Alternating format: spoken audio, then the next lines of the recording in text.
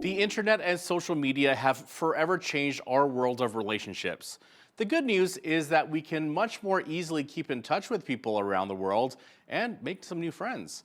However, it can make it more difficult to discern who our real friends are. Today's guest joins us from Edmonds, Washington. Dr. Gregg Jantz is a psychologist, best-selling author, and founder of the Center A Place for Hope, one of the top facilities for treatment of depression in America.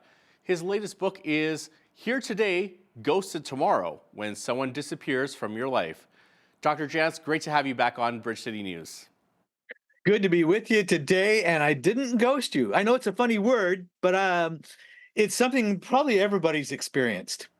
You're absolutely right. We've all experienced it, and especially if you're part of the online dating world. Now, for those of you that don't know what ghosting is, Dr. Jantz, why don't you just tell us how you define ghosting, and is this a new phenomenon? Let me just say, ghosting's a funny word to describe it, but what it means is this. You thought you had a relationship with somebody, you might have thought it was going well, and all of a sudden, they disappear.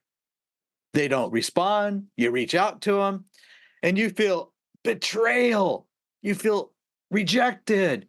You feel a wide range of emotions, and you feel like, what's wrong with me? So that's in a dating kind of um, online world, but ghosting can also happen. Maybe a person had a job interview. You confirmed it that they'd be there, and then they didn't show. They didn't say anything. They disappeared. So what we're talking about is ghosting. And yes, it's been around, but boy, with social media and the online digital world, we just have an easier way of doing it now. Now, to what extent is it easier today to ignore people we just don't want to engage with than in times past? Well, I can just decide I'm done with you and I don't respond. Then I it's passive aggressive. I hold the power and you're desperately trying, what's wrong? What did I say? What did I do? And you're trying to reconnect, but you just keep not responding.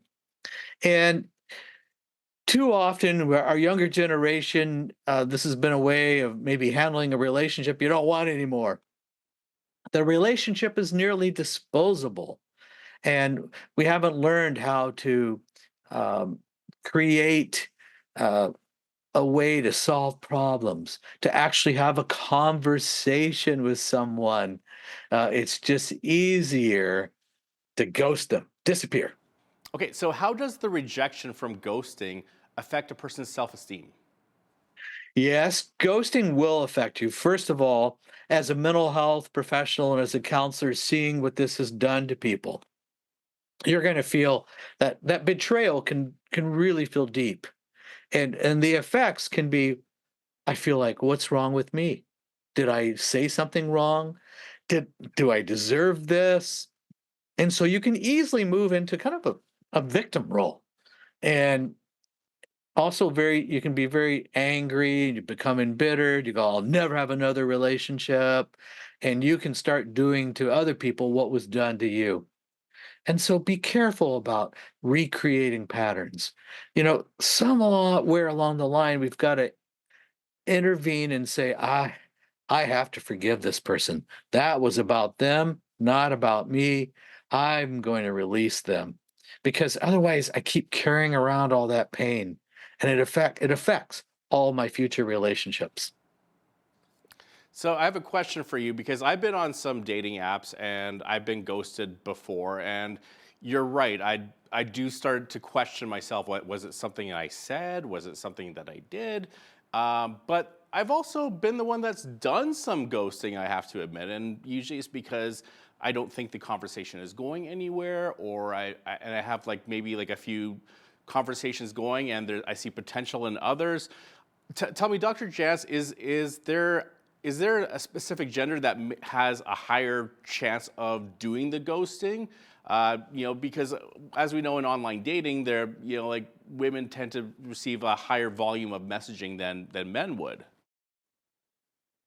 Yes, and and I'm going to make a general statement that a lot of times it may be men who are um, the one that is doing the ghosting. Now Oh. that's a general statement, but a lot of times we're not resolving issues, we're not having honest conversations, and so it's just a very injurious thing to do to another person. Now, you list some of the warning signs that someone might ghost you. Can you just share some of those? Yeah, one of the first things I want you to do is trust your gut, trust your discernment. Sometimes there may be some early warning signs in a relationship. You go, oh, and you start to see things, but you go, all right, but you ignore it, and then at some point they ghost you.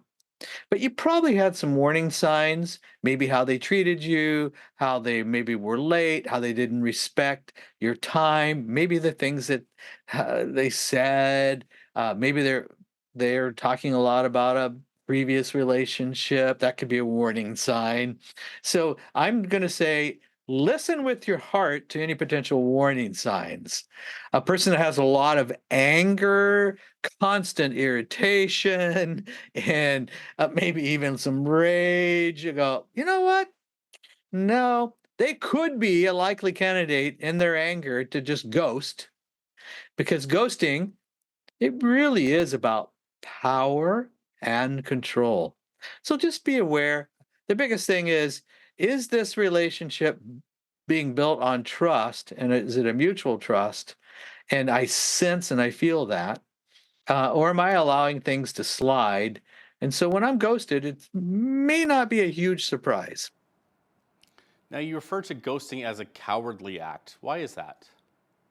because you're not dealing with the truth and you're not facing another person and you're not problem solving. You're not talking about what's really going on. You're avoiding the real issues. If I just no longer desire to be in a relationship, that's a conversation to have, not to avoid. And what are some tips for people that want to end communication or feel that the conversation is going nowhere and just want to wind it down rather than ghosting?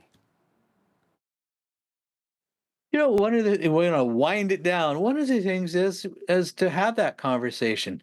It's a taking a deep breath and saying, I believe I need to go another direction. I'm just discovering some things about me. Don't blame the other person, but I show gratitude for the time that you've had and so forth. But I don't see this relationship going in that direction. Say those words and listen to the other person. That's always hard to receive, but it's a lot better if we can treat another person respectfully and honorably versus ignoring or ghosting them. Do you have any advice for those who have felt the sting of rejection from ghosting? Yes, you felt the sting, you've had it experience, and you might want to just get hurt and angry and just withdraw and isolate and say, I'll never trust another person and I'll never be in another relationship. And that means I've got to forgive. And I need to say, that was about that person, not about me. And therefore, I'm not going to carry ongoing hurt. I'm going to forgive them and whatever is going on for them, because I don't want to drag that into my next relationship. And maybe I have to say that a few times, I'm going to forgive them. Maybe I need to write down in my journal the emotions that I'm experiencing. Maybe I need to prayerfully consider um, just what would it take for me to really forgive. But forgiveness has to enter the picture. Well, that's a great segue to my next question because obviously there's hope for healing after the pain of being rejected. But what are some steps to move on? You mentioned forgiveness. Yeah. And I don't mean that's a one-time thing. You may need to really work on that. But then I need to stay engaged in relationships. I really do. Maybe I need to join a group with other people. Maybe I need to, even at times where I'm so wounded and struggling so much, if I have a lot of anxiety and depression, then I need to maybe seek some help. What is it? Because we can't carry that anxiety, that distrust. So be sure that you're addressing whatever personal issues there may be so that you can go forward. Now, with technology and social media, ghosting is easier than ever. Do you have any specific advice for those who have digital relationships? Make sure it's not only digital. Have a real person, real time relationship. If you're spending 80% of your time in a digital relationship, I'm just going to challenge that's probably not a real relationship. And life is different in the digital world, life is different in the social media. You use it to communicate, but make sure that you are with that person. Um, and long distance relationships that when you've never met the person, we tend to have a image and fantasize about what everything's really like. This is why so often people are just shocked. It's not what I thought it was. So I'm for real time relationships. That's some good advice there. Plus, there's a lot of romance scams out there as well. Now, you include a section at the end of the book titled "Recovering from a Toxic Relationship." Tell us more about that and what can a person do to recover? Yeah, a toxic relationship is one that was probably emotionally abusive.